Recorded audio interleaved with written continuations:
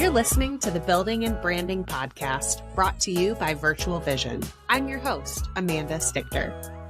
On this show, I sit down with experts in the restoration and home services industry to hear their stories of how they built their businesses to succeed and stand out.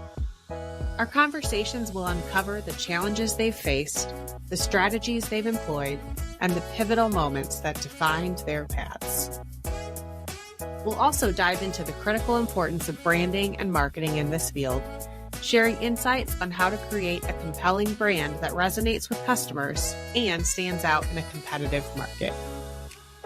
Join us as we blend practical advice with inspiring real-life stories, providing you the tools and motivation to craft precision and build a lasting brand.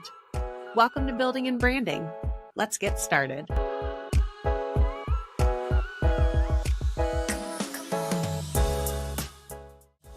In this episode of Building and Branding. And at first I'd say, oh, it's because I'm a woman. But now I'm just like, you know what? That's my unique value proposition. Yeah, I'm a woman. If you're doing cat work or you live in the area, do not wait to have your alliances, have your vendor set up. Everybody wants to be reactive instead of proactive. And I just think, if you live in a coastal area, you need to have that set up. It's not a matter of if, it's when. A disaster is going to happen, and it happens every day. Is equipment important? Yes. Do you need equipment? Yes. But you need much more than that. That's the difference, is you're going out and you're preaching this emergency response plan. But do you have an emergency response plan? Well, hello, everyone. Thanks so much for joining us this morning. I am super excited to kind of kick off this episode as, first of all, it's one of the first of our new ones with our updated branding. So I can now officially say welcome to the Building and Branding Podcast, where we are going to dive deep into the building of people's stories and how they've developed their brand in the restoration and home services space. This episode, man, it's been a long time coming, and I know I'm so excited to be here and to finally be filming this. Today, I am joined by the one and only Cora Alexander. Hey, Cora. Hey, Amanda. It's my girl, guys. We're so excited. Let's go to the digital format now. That's right. For our listeners, Cora and I, we've been trying to do this collaboration on a podcast for way too many months. But it just happens that it's what we work in a busy industry or something. Oh man. All right. Well, disaster industry. Right. All right, Cora, why don't you just start? Tell everyone, if they're not familiar with you, who you are, what you do, and then we'll kind of dive in from there. Well, thank you so much, Amanda, for having me, Virtual Visions, and congratulations on the new branding. So excited. Glad to be here. Thank you so much. I also want to say thanks to all my mentors and the people who've supported me throughout the industry, including you guys. I'm so grateful and thankful, and without them, I wouldn't be who I am today. And I think we can all give gratitude to our mentors and people who've helped us along the way. So that's what I want to be grateful for, that. And for God, higher power, whatever you believe in. Jesus Christ is mine. So I thank you for him. But who I am, my name's Cora Alexander. Some of you may know me as the Drying Diva. And we'll talk about that brand as well. And I specialize in equipment and large loss more specifically. I oversee all of restoration and emergency response for mobile air and power rentals. And I'm located in 38 states. I have over 150 specialized technicians in heating, cooling, dehumidification, and power, and 68 technical reps to help teach your guys' companies how to do better in heating, cooling, dehumidification, as well as do those large loss jobs and close your sales cycle and vertical, making it less of a time on your business development side. So that's a little bit about what I do. And then I'm sure some may or may not know me and you both from doing lots of conventions and being this bubbly personality into this world of restoration. So yeah, I do a lot of that. So fun time. I want to have fun, and I want to make money. That's kind of my philosophy. That's me. I love it. I love it. Personally, I have to say, so Cora, I met you, oh gosh, several months ago. Sort of, organically, I had the opportunity to join your podcast, and I feel like almost immediately we like hit it off.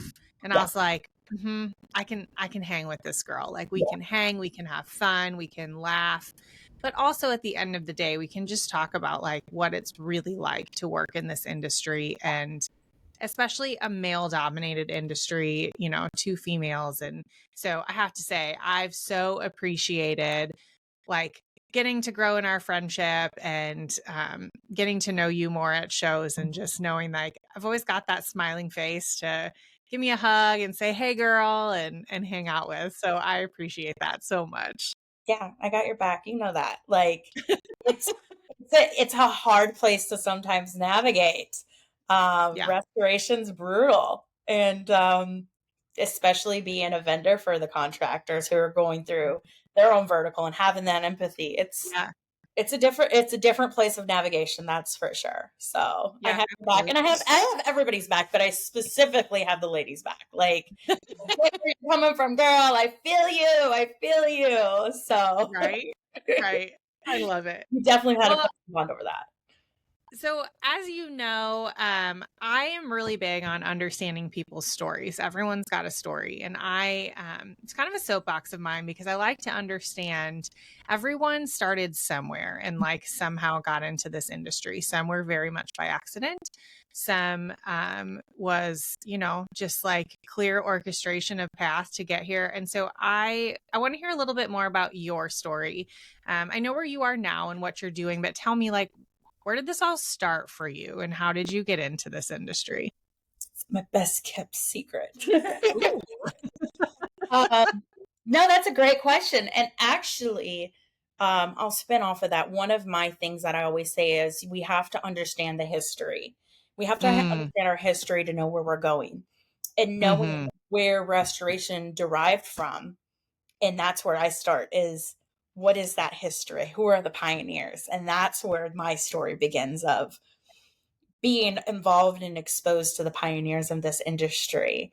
And I look back on it now and I was like, yeah, you really didn't start that. And no, you really didn't do that. And the reality is they did. They were the pioneers and they were the inventors of this industry. And having that exposure later on, now a lot of them are not with us anymore, unfortunately. And a lot of them are still here. And having that exposure to them has really, I think, contributed to who I am today. So let's start with that background. Is I started with diesel desiccants with Spencer Huss. That's my first exposure. I worked for him. He really wasn't in restoration anymore. He was, but he wasn't. So I think of the mad scientist person. That was Spencer. Like Dexter's Laboratory with a little bit of Bill Nye the Science Guy. Yeah. That was Spencer. So I worked for Spencer, and essentially I started off as his assistant years and years ago. And I dived into psychometrics, vapor pressure, desiccants, worked hand in hand with.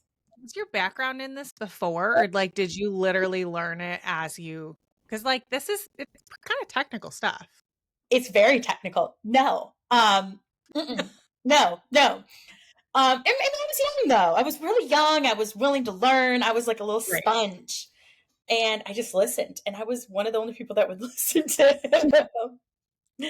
And so that's where my background really starts, is in that a very high level, very complex specialty drying is where I start.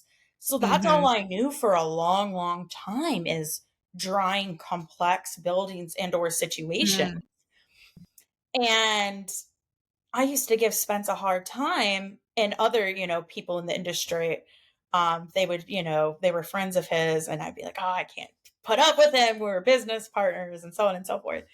And now that I was later on really seeing what he brought and what he's taught me and what some of those other mentors and things have meant and taught me throughout the years, to made me where I am today, to talk about, when you've been exposed to that much so early on, I have to remember that certain people aren't exposed to that. We talk about how, I think you can talk about more specifically like the RIA and having 5 years of experience.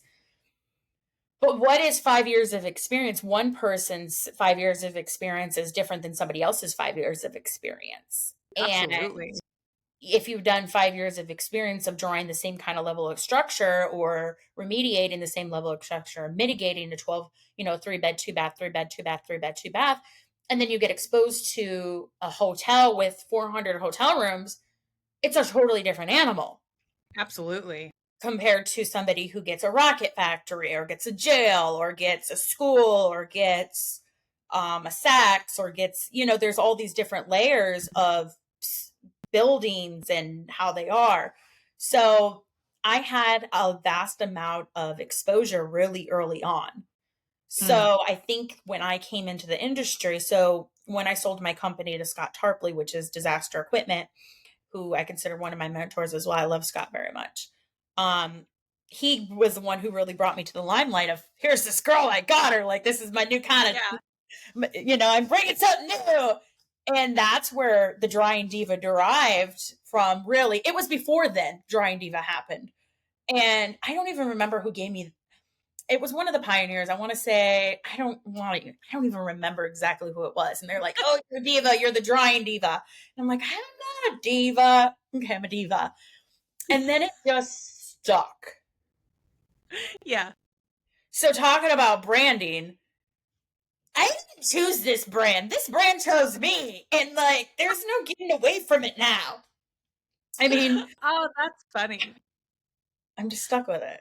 So, and I guess, and see, I didn't even know that about you. I figured like just knowing your personality and just like who you are. And I don't mean that in like a negative way. Like I thought you were just like, no, I'm just going to like lean into this. This is a really good Drying Diva. Like it's a great name. But it's funny you mentioned like, branding really just kind of has a way of like finding you. You don't always choose the things that you end up getting known for, which for some people probably isn't a great thing. But, I think when you can just like lean into the brands that have fallen on you, there's so much, like there can be so much freedom in that, but it also gives you kind of a whole different platform in which you can stand on and really like share your expertise. 100%. 100%. And I think that's where you're growing really rapidly now too, is I think you just kind of, when you told me what you're doing now, I'm like, this is what you do. I mean, yeah. You're great at it. And sometimes people are like, well, what do you do? They ask me and they ask you, and they kind of have an idea, but they don't really know. And we're our own brands, but you're the expert in your industry. Right. Search engine optimization, social media, all that stuff, website building, but you guys are really great and you're great at that. And that's who you are and that's your brand, but they also know that you're great at helping other companies establish that brand and marketing that brand and not just the internet. Like there's so much more that goes into that you guide them down that they don't even think about those things. And that's why you're the expert, because you're going to take them down that path of, this is not just SEO. There's a whole process to it. There's a whole process to it. Well, and I think too, like that really can go with like the whole brand. Something that I want to ask you is like, you obviously, when I first met you, you were still at your other company and before you sold it. And, but you were known as the Drying Diva then, right? And you still are now, but you're at a different place. What I love though, is this idea of branding beyond our businesses, like understanding that there's a personal brand. And it doesn't have to be, I think sometimes maybe there's a misconception when we talk about like a personal brand, right? That it's like, I have to have my own TikTok channel and I have to have my own YouTube channel and da da da. Not necessarily. Like you can have a a brand that's just like, these are the characteristics that I want to portray in who I am as a businesswoman in a male dominated industry. And maybe let me step back and think about how I want to rephrase this, but what has it been like for you having like this, first of all, brand that sort of just like stuck to you and just sort of like organically happened, but now it's like it's really transcended what company you're at. Like, this is Cora. This is what I'm choosing to be and grasp regardless of what business you're at. So I guess like talk a little bit about personal branding and what that's meant to you in this space. Yeah, that's a really great question. So a lot of people aren't necessarily aware of what I do or what I've done, and that's the purpose of it. I work for the contractor as the contractor. So there's a lot of times, a lot of people don't even know the projects that I've done because, one, I'm not going to talk about those things because I did them for my client as my client. Right.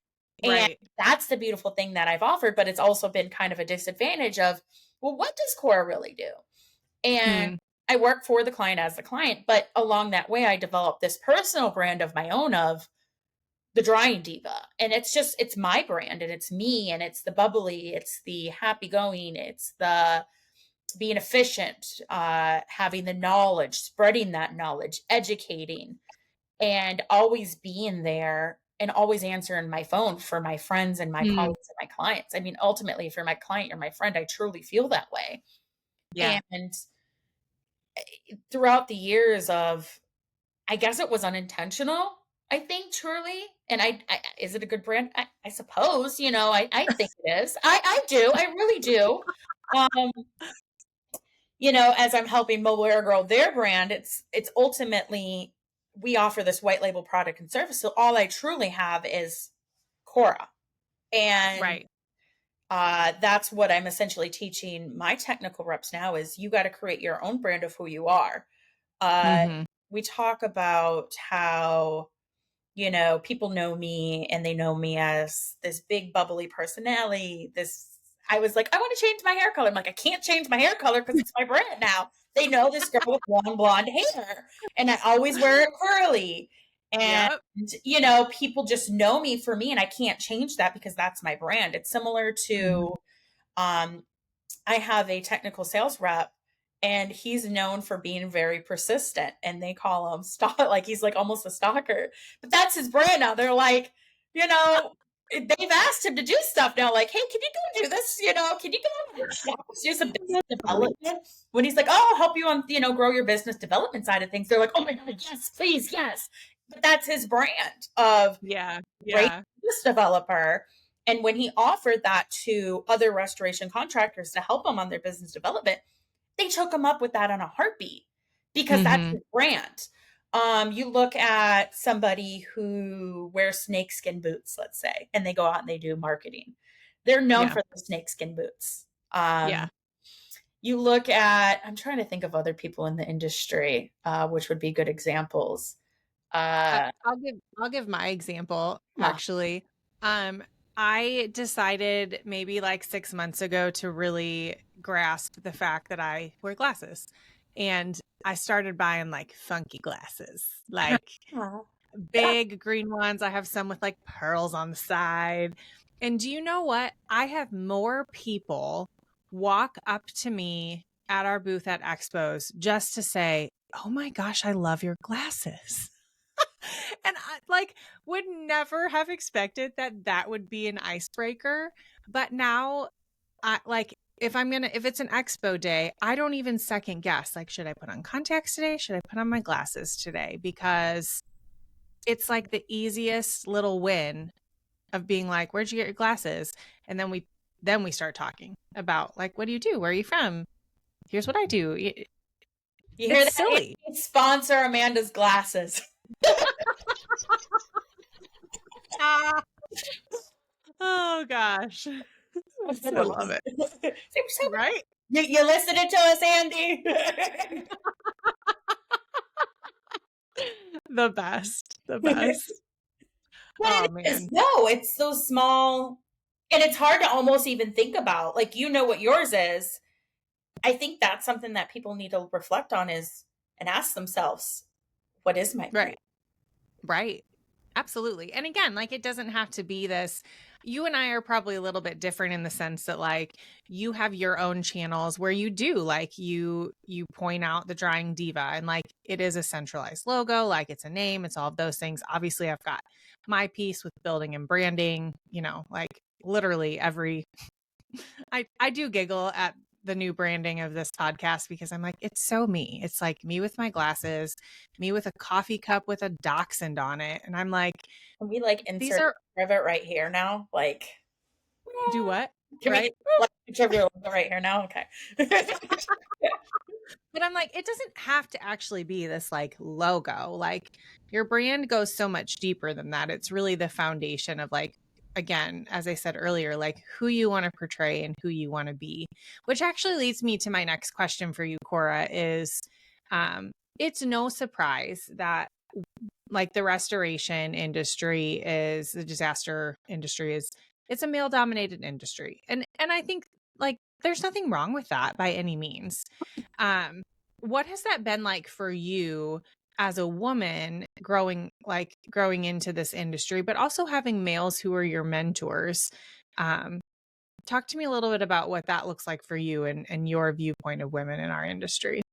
I think that it is male dominated, and I've been really grateful to have people like I look up to Rachel Adams per se, and Sarah Rayleigh, who are some great women in this industry, Mhm. and I love them dearly. I love them both to death. I see them at expos and we spend a few times together, and I'm so happy to see them. And they've really helped me in the littlest ways to grow to be who I am too. So I think that's Yeah. one. And I think the other is I've had my mentors and their significant others or things like that help, guide me because they were big parts of it. It was just Mm-hmm. very different back in the day, guide me down the path. And at first I'd say, oh, it's because I'm a woman. But now I'm just like, you know what? That's my unique value proposition. Yeah, I'm a woman. Mm, You're gonna see this bedazzled thing walking on a job site, and, um, that's who I am. yep. And I made a joke when I got my steel toe boots at work. I'm like, "So, don't be surprised when you guys see these bedazzled." And they laugh about it. Or I was just in a class with Howie Wolf, and he was making a joke on how he makes the consultants wear a certain color hat. I'm like, well, that wouldn't be bad for me because I like pink. You give me a pink. um, and real men wear pink. Right. So Right. I want to say I've used it to my advantage. Being a woman Mm-hmm. in this industry, you can wake up and you can be sad, or you can wake up and execute every single day. And Yeah. I'm going to wake up and I'm going to execute every single day. And I may not know the answer to the problem Mm. or a way to figure it out, but I Mm-hmm. know somebody who does. Yes. And I appreciate every single person and mentor I've had in this industry. And I can Yeah. name them all for days, and I love them all dearly. The advantage that I have compared to everybody else, I feel like, is I can call each and every single one of them, and they're going to have their own spin in their own way. Mm. And Mm-hmm. they know I'm calling them, and it's a real issue. And Yeah. I'm Yeah. spitting at each and every one of them. And in my head, I'm going to come up with this concoction of what is. And I've just used it to my advantage. Sometimes our Yeah. weakness is our strength. There's strengths in our Yeah. weaknesses. And Yeah. that's what I've done.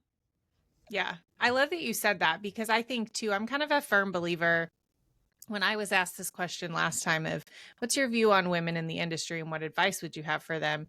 My answer is always like, it sounds really simplistic, but it's, you don't have to fit a mold. You don't have to come in and, you know, like fit any certain picture of what a woman in our industry has to be. When I first started, I remember kind of this feeling of like I need to be quiet, I need to be like this. I don't I don't know. I suppose maybe just more like corporate mentality, right? Like Yeah, I don't even know that there's too much to say to that, but it felt very limiting because like quiet is not who I am. And, just like being super reserved is not who I am. And so when I embraced who I like, just naturally, like who God made me to be in this industry, that's when the relationships became that much more powerful. And yes, am I a woman? Yes. So what? Like you embrace that factor of like, to some people that might be a weakness because I'm in a male dominated field. So what? I'm just going to be me. And if you have a problem with that, well, we're probably not going to work together. No. Otherwise, I'm just going to be who I am. There's this mentality too amongst women in this industry too, that, I've always had this saying of crabs in a bucket. And I always want to lift other fellow women up. And you have to look at when somebody's talking bad about somebody. What does that say about the person who's talking bad? Yeah. I'm not going to be a crab in a bucket. I'm going to be the ladder in the bucket. And if you choose to be the crab, that's on you, sweetheart. That's not on me. Yeah. You are not a threat. You are my friend. I'm going to embrace you. I'm going to love you. I'll be the first one probably there for you. Yeah. And I think that's so important that we are united and put our differences aside. Yep. Because at the end of the day, when we're all in a disaster, let's talk about this Cat 5 hurricane that's coming. We're all in a disaster. Right. We're all going to be working together and we're all going to need each other. And I'm going to love on my sister 10 times harder than anybody else because I know you need me, sis, and I'm going to be there. Absolutely. So, I love that. And that's just, my philosophy on that. I love it. I love it. Okay, shifting topics real quick because you brought it up. So, first hurricane to quickly go from tropical storm to now we've got a Cat 5. I always joke like this is the only industry where these like weather bulletins come out and we're all like, yes, it's time. Granted, like do we want people to be in horrible situations? No. But everyone in this industry wants to go help. And when it gets to that level, like it's time for us to go operate in that capacity, like ready to help people. So what, in the space that you're in with the drying and all of these pieces, what has been the mentality the last few days as this hurricane has so rapidly grown? I know, it's obviously not directly coming for where, a lot of our coastlines, but there's always the possibility, and it's very early in hurricane season. So very early. Now we can do a fact check or whatever you want to say, but I want to say this is the strongest hurricane this early on. And right. I think so. This is scary. So talk to me a little bit about like what has the last few days, the last week been for you as you've watched this storm develop? How has that translated into like what's happening in your day to day and how companies and areas can prep for what seems to be like it could be a very active hurricane season? If you're doing cat work or you live in the area, my biggest thing is I've always advocated, do not wait to have your alliances, have your vendor set up. Me and Mandy talk about that at Answer Force, and she's like, everybody wants to be reactive instead of proactive, and I say the same thing, if you live in a coastal area, you need to have that set up. Well, first I want to preference, this is a big hurricane early. I want to say the biggest, the earliest. Even when it was a Cat 3, it was starting to get into that. So that's scary.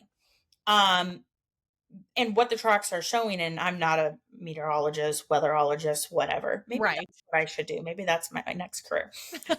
Your next calling. But the reality is, it's not a matter of if, it's when. And we work, and hurricanes may not go towards a restoration company in the Midwest or the Northeast. So I'm going to preface and say this. A disaster is going to happen, and it happens every day. And on top of it, the facts of a disaster is only 70% of businesses get back in business after they close down after a disaster. Wow, that I have never heard that statistic before. And so 30% close. 70% close. Only I thought you said stay open. Oh my gosh. Yeah. And we say, well, why do we do this for a living? Is to help people. But truly, your company is the one that's going to make the difference when it boils down to that statistic. And we have to take responsibility as restorers and say, did we have something to do with that statistic? So this is what I'm going to say. Not even people who do hurricane or cat response, because a polar vortex can happen anywhere. Absolutely. It's not a matter of if, it's a matter of when. And have your strategic alliances. Have a one person that you can call to help you. And that's what I try to be for my clients is, yes, am I equipment? Yes. Is equipment important? Yes. Do you need equipment? Yes. But you need much more than that. You need labor. You need answering service. You need search engine optimization. If you're going to go in a cat zone, how do you target that specific area? What about resources like supplies? What is your relationships? So, and it's about having multiple and not waiting to when it happens. Because when you call me at 3 a.m. for equipment, I'm not just going to send you equipment. You're not going to go out and just start drying somebody's house without a contract signed, are you? I would hope not as a restorer. So you can't expect me to do the same thing. And I say, guys, just call me and fill out the paperwork. Just start the process, and you may never need me. And that's great. Or you might have you might have a number two. We make a joke. I got one from one of my regional sales department guys. He says, I'm the best number two you ever had. Do you have a number two? Do you have a number three? That's what's going to make the difference between you and everybody else. Yeah. And I just had one of my clients say, Cora, the reason why we got the contract over one of the big boys is because I was able to respond quicker. Yep. Because they were ready. That's the difference is you're going out and you're preaching this emergency response plan. You're going to go and sell it to your customers. But do you have an emergency response plan? Absolutely. I mean, I get asked that question often too, like how do companies even prep for hurricane season? And my number one response is you don't wait till hurricane season. Like there are so many things, there are short-term strategies you can put in place when a storm hits, but gosh, I hope you have those built before the storm hits. And if you don't, have somebody who does. Exactly. And what I can do during non-storm season is totally different than what I can do during storm season. Yes. So you're talking two totally different things. If it's an isolated disaster, I'm going to have a lot more resources available to help you, because there's sometimes I get a phone call and they're like, hey, Cora, we just need you to do this job for me. And I'm like, but it's during a Cat 5. Everybody needs that right now, Right. But can I refer you to somebody? Yeah. So, but let's be more proactive on that. Make sure you have your labor source. Make sure you have your equipment source. Make sure you have your supply source. Where are you going to make sure you have a safety source. Who is going to be that person in your company doing those job health hazard assessments? Who is going to be the person who's getting the PPE? In a cat, who's going to be the person who's the runner to go and feed all of your employees? Your employees need a break. Who's going to be the person who's making sure it's hot right now? So let's talk about heat and the heat index. Is your workers working above 90 degrees? And everybody's always worried about, well, can I pay? I can't justify the cost for having an AC unit there. But what about your workers? They're kind of able to work there without less breaks, bringing in a portable AC. So, and there's that. I mean, is that a sales pitch? Of course, rent AC from me. But in and of itself, even if you don't rent AC from me, think about those things. Think about the whole shebang of what is a cat. You never worked in, let's say, Florida or Louisiana. Do you know what kind of snakes we have? Do you know what hazards, environmental hazards we have? It sounds crazy, but you may think it's nothing, or it could be nothing. Just those little small nuances of things. There's so much that goes into cat and that you need to think about with cat. And there's a lot of times I get a phone call from my companies that are responding. They're like, hey, Cora, if you have any, I get a lot of leads that come in during CAT. A lot of people end up calling me and they're like, hey, Cora, do you know the contractor? And then I refer that out to my contractors, like, hey, guys, here's leads. I'm just leads everywhere, leads sometimes. And then there's sometimes I don't. Because if you're calling on me wanting leads, that's probably a problem in and of yourself. You should probably be calling Amanda saying, hey, Amanda, let me get set up on SEO in this area. That's probably a more thorough plan than calling Cora. Not a bad plan because I've done it, but right. I think if you haven't rented from me, no offense, I'm probably not going to give you leads versus Amanda's probably going to be a better resource to get you leads in the local area. But I think it really goes back to the concept of like, we want to stress in this industry for companies to be prepared, but that means you also have to take your own advice and be prepared as a company to help others be prepared. And you can't help other people be prepared if you aren't prepared yourself. No, realistically. No. So what is your emergency response plan? Because you look at like, I remember Hurricane Ian. There was a local restoration company, and their phones were just ringing and ringing and ringing. What? If that's not scary to a restoration GM or older anybody in leadership, that would be a nightmare. That is a nightmare. What is your plan? Yeah. So true. It's so true. All right. Well, I have just one other quick question I want to ask you before we kind of wrap up our time here today. But several months ago, I had the opportunity to be on your podcast, and you asked me a question, and I want to ask you the same question because I think it's really valuable. You asked me, what do you think is the number one mistake restoration companies are making? And I had my response, but I want to know what yours is. What mistake do you think people are making? That's a great question. And I feel like I know the way I want to answer it, but there's another preference that I want to add on to it. And I think you have my idea of not being prepared. That's normally what I always say is they're just not prepared. They say they're prepared, but they're really not prepared. Have an empathy. Expand on that. What do you mean? I think that when our clients call us, it's the worst day of their life. Rather it's a home or a business, it is the worst day of their life. Yep. And I always joke that we need to hire middle school social workers to work for these restoration companies because they can deal with that more than everybody else. Like, if you're not trying to hire a social worker, a middle school social worker, like, I would say that should be your number one goal. It's truly, because it's the worst day of their life. And you have to think about middle school. When you're in middle school, when your boyfriend broke up with you or your girlfriend, that was the worst day of your life. Right. That same concept. So I think we struggle, number one, with having empathy and sympathy for our clients. And I think the ones that do it the best have the best strategy of attacking that. Pet the dog, and treating their client's home or business as our own.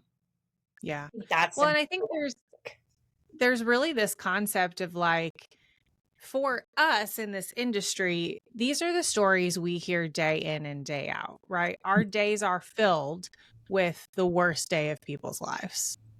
So you sort of desensitize in some ways at some point. Yeah. It's really easy to do because you hear it all the time. But you have to block that, because just because you've heard that call 10 times in that day, it's still that person's first time calling you, sharing their lowest moment with you of, I don't know what to do. And just because you've walked someone through it 10 times that day already, this is still another new person. So, gosh, empathy, like, that's powerful. It can make or break. Yeah. When you asked me that, I think about, and I'm sure you feel the same way being a vendor for contractors, we get to see where restoration companies do really, really good in. And we get to see where restoration companies do really, really bad in. And yeah, are we eventually selling them a service or a product? Yeah. But we offer as their vendors so much more than just that product and that service, because we get to see what everybody else is doing. Yeah. And I think what sets us apart is we want to guide them down the best path that works for them based Yeah. upon our knowledge. And that's the true value that we bring. Is it's not just to sell you something. It's to really truly be your friend and to help you be successful. Yeah. And I think if they can work on being more empathetic, they'll get a lot more. And if they don't have a chief empathy officer or somebody who can navigate that, that's something that they should really consider doing. And Yeah. it's the worst day of their life. And we're there to make it better. We're there to be the heroes. Yes, Yeah. it's business at the end of the day, but being there for them ultimately, I think, is the number one thing. Which in turn makes you a successful business. Oh, It does flow directly into each other. We like to forget that sometimes, but that is dependent on 100%. Because empathy. you, I'm sure, take things personally when your companies aren't successful and when your companies are successful. Like, I know I do. When you guys, I literally mean, when call me at 3 a.m., call me at 3 a.m. I might be drunk, on a maybe, I mean, who knows, like, or I could be at my kid's birthday, but I'm going to answer the phone for you. I was actually just talking, I was on a date and he goes, I don't think I want to go on another date with you because all you do is you're on your phone. I'm like, and he goes, but they're your friends. Yeah, they're my friends. But you have to understand the nature of the business that I'm in. And I don't know why they're calling me. And it could be just venting to me about what's going on, or it could be an emergency, but I'm going to always answer my phone for them. Yeah. And that's what I'll say to restoration companies. Answer your phone. Yeah. Yes. Oh, yes, Your phone. absolutely. That's all you got to do. Answer your phone. And if you don't want to answer your phone, have an answering service that knows how to actually answer your phone. The cheaper isn't always better. Just like PPE. The cheapest PPE is not the best PPE. The cheapest isn't always the best. Not at all. Yeah. Yeah, absolutely. Well, you for sure hit it on the head, and I'm super appreciative to just have this conversation today and finally get to do this. I know. I'm so happy. So happy. I love it. So final question for you. Someone is brand new looking into the restoration industry. Based on your story, based on your brand, where you've come from and what you've learned, 30 seconds, what would you tell them? What advice would you give them? Get some mentors. Get 10 people that you can call who's an expert in their industry or in their wheelhouse. Yeah. That's good. So good. So good. Well, Cora, where can people find you if they want to learn more or, hang out a little bit further with the Drying Diva? Well, I did just get a new personal number and work number. I'll send that to you so you have both. Okay. You can check out thedryingdiva.com. You can check out mobileair.com. I'll give you my contact information. But those are really great two starting places to start off with. Call me. Use my number. Say, hey, I'm so-and-so at so-and-so, and I want to be your friend. And I'm going to say, yeah. Seriously, I do. But you know this, Amanda. Like, I use me as a tool. I advocate that all the time. If I don't know, I know somebody who will, and use me as a tool. That's what I want to be. And Absolutely. I want a challenge. That's what I wake up every day to do. Do I love the money in this? Yeah, but I love the challenge more than anything. So call me with your challenges. I'm interested. That's what I want. I love it. What do you expect? So that's thedryingdiva.com is the best way to reach me. Otherwise, mobileair.com. But the Drying Diva is usually fastest and the quickest. Both of my work and my personal number will be on there. They can reach out to me anytime, day or night, 365. If I don't answer my phone, that's actually pretty exciting if you get to hear my voicemail. If you get to her voicemail, her phone's probably dead from all the calls she's getting. Oh, well, thank you for joining me, Cora. Thanks again to all of our listeners. You're listening to the Building and Branding Podcast. I'm Amanda Stichter, your host, and you can join us next time as we feature sharing another industry expert stories and expertise in how they built their brand in this industry. See you later.